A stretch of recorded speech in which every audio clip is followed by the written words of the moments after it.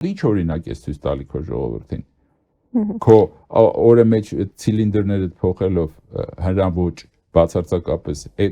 ոչ էսթետիկական ինչ օրինակ ես տալի ոչ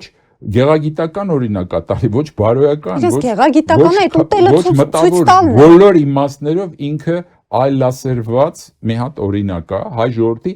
բանն է դասական այլասերման օրինակն է որ վերցնես պատմության դասագրքում դնես ասես այսպես չի կարելի լինել որպես դասընթացը վերջում ավարտվելու է որ սա եղել է մենք ունեցել ենք այսպիսի հիվանդություն ու այս հիվանդություն չպետք է մոռանալ ինքը չպետք է կրկնվի Իրենք էլ ցույց են տալիս թե ինչքան անմիջական են, ինչքան ժողովրդին ցույց են տալիս անգամ թե իրենք ինչ են ուտում, այդ աստիճանի մի օր փիփերթով ճաշ է ուտում, մի օր, չգիտեմ,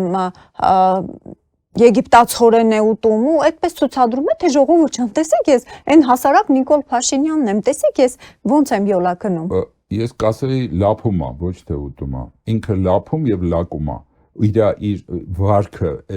այդպես է բնորոշում, եթե ինքը իսկապես գեղագիտորեն դա մատուցեր, եթե դա արվեր իսկապես այնպես ինչպես պետք է, կերակուրը, խոհանոցը դա մշակույթի մաս է։ Ոչ թե դու պիտի այդ ամենացածրը վերցնես ու սկսես ցույց տալ, այլ դու պիտի դա բարձրացնես, քո ժողովրդին սովորացնես, խոհանոցն էլ